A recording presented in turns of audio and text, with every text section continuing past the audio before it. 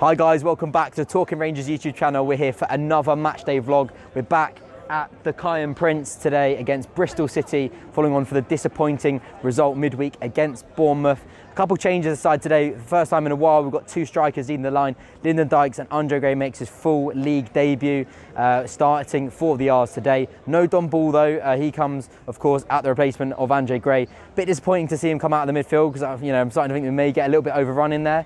But hopefully Johansson and Chair and Willett can kind of take a bit of that burden and like I say, and take the game to Bristol City today, because I think this is there for the taking. Of course, the other change is Mozo Jabajo coming in to replace Osman Kakai, who maybe struggled a little bit against Bournemouth. Hopefully that can tighten us up a little bit and we can take the game to him, because like I say, I think now we need that assured performance from the first minute to the last, and hopefully not too many goals that we've got to come back from. We don't make it too hard for ourselves today. So like I say, I'm going for a 2-0 victory.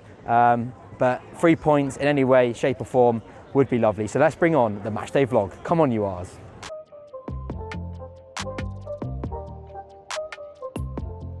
You R's!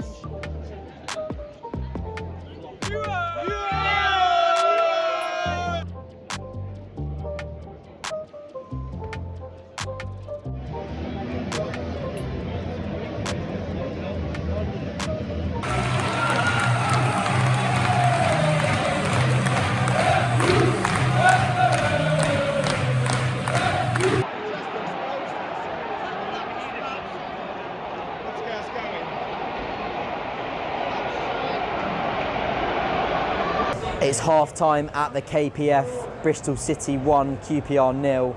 Not a good half of football for QPR. We just look so flat. I think we also look quite tired and a little bit fatigued, just off the pace. And I think the fans are sort of feeling that, and we haven't got too much to bounce off of. It's a very weird feel around the Kiyan Prince today. A bit eerie. We just need to liven up. Too slow, and we're getting a lot of chances to put a lot of crosses in, but Bristol City just heading absolutely everything away. Every corner, every ball that's coming to the box, they've headed away clearly, and not, QPR haven't really caused them too many problems. I mean, he's kind of mixed it up a little bit. The cross into the box and the corners, like I say, of course, Bristol City, no problem. We need to go a little bit more direct and take a couple of shots from outside the box like Johansson did towards the latter stages of the first half. It was a good shot and we got a corner from it. So, yeah, it needs a little bit of a mix-up. I think it needs a bit of pace. Maybe a Doma needs to come on in that second half. It's very, very frustrating. And this is the problem I was talked about in the week on the podcast, is that it's easy now to, you lose against Bournemouth. We can, quite easily lose here today. You get yourselves in a bit of a rut. It's 2 back-to-back defeats. You've got a tough game against Everton in the week, and before you know it, could be, 3 back-to-back defeats. We need to get ourselves out. We need to come out in the second half firing, because Bristol City look comfortable, and they're posing quite a bit of a threat. So, yeah, disappointing. I think it's the type of game where, if we are having the opportunity to put all these crosses into the box, Andre Gray's not your man. Charlie Austin needs to come on, and he is on the bench today, so he's the sort of man that we keep pumping these balls into the box, he will get on the end of one of them and he will head one home. So, like I say, we're going to need some changes, either at half-time or shortly, because it's just not going our way at the moment. But, we all know that QPR, we perform better when we go behind, so we're not going to write this one off. Come on, you R's, bring on the second half.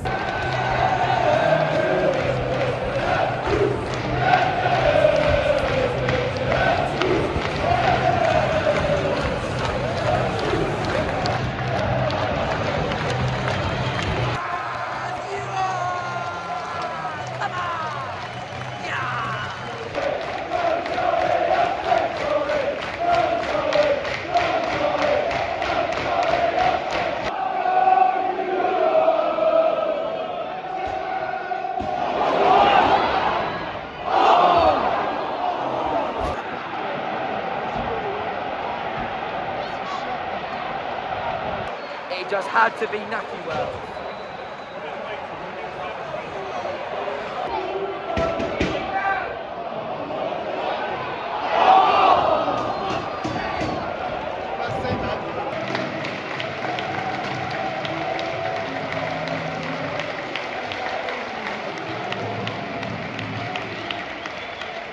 It's full time at the Kiyan Prince Foundation Stadium, and QPR have just recorded back-to-back defeats.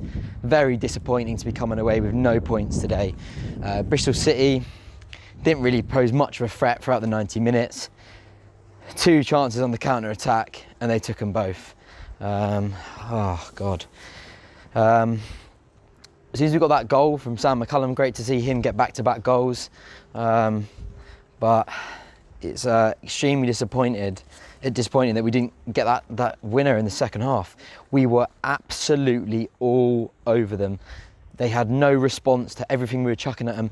The only thing is, we had all that ball, all the possession in and around their 18-yard box, but we barely created enough chances. I know, albeit they had near enough 11 men behind the ball for the majority of the second half. But when we get in areas at the edge of the box, someone just pulled the trigger. For most of that, we were just trying to walk the ball in. And the decision to bring off Lyndon Dykes bamboozles me. I've no idea. He was our only real threat in the first half, and he was a handful for Bristol City in the second half.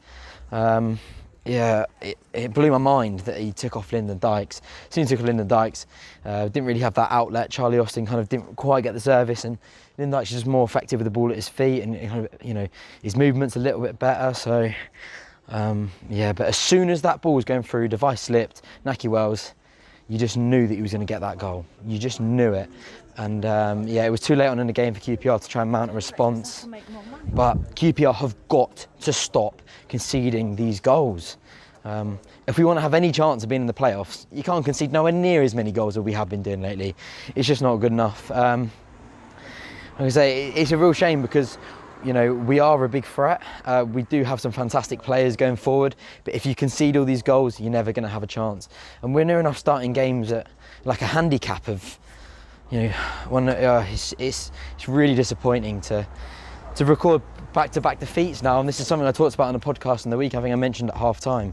You can get yourselves in a little bit of a rut now, and once you do that, it's kind of hard to get out of it. So, it's it depends how you want. It's gonna be interesting to see how Wolverhampton wants to play it, because you got Everton on Tuesday. I'm messing this up, aren't I? A very big game, but you may want to make some change. But at the same time, if you weaken the side and you get a third defeat, it's not going to be good for the morale in camp. So it's been a tough week, QPR fan. Hopefully we can turn it on and just register, get some positivity out of that Everton game, and then hopefully we can move on. We've got a really, really tough test. West Brom next Friday on Sky Sports. We were in for it there, so really disappointing. Like I say, we need to just sort out defending, because we're just leaking too many goals. Need to try and just take a shot from the outside of the box. Jansen did it in the first half. Keeper forced to make a save. For all that possession in and around their 18-yard box, Bentley didn't really have that much to do. Apart from the Lyndon Dykes shot, there was some great interlinking play, and it was a fantastic save from Bentley. I've also had enough of how long Championship goalkeepers are wasting in these games. It's getting ridiculous, but what can you do? So that is the end of the QPR Bristol City vlog. As you can see, very, very gutted to be coming away with nothing, but that's the Championship, that's QPR. We roll on to the next one, Everton away, Everton at home, and then West Brom away next Friday. Thank you for tuning in. We'll see you next time. Come on, you Ars.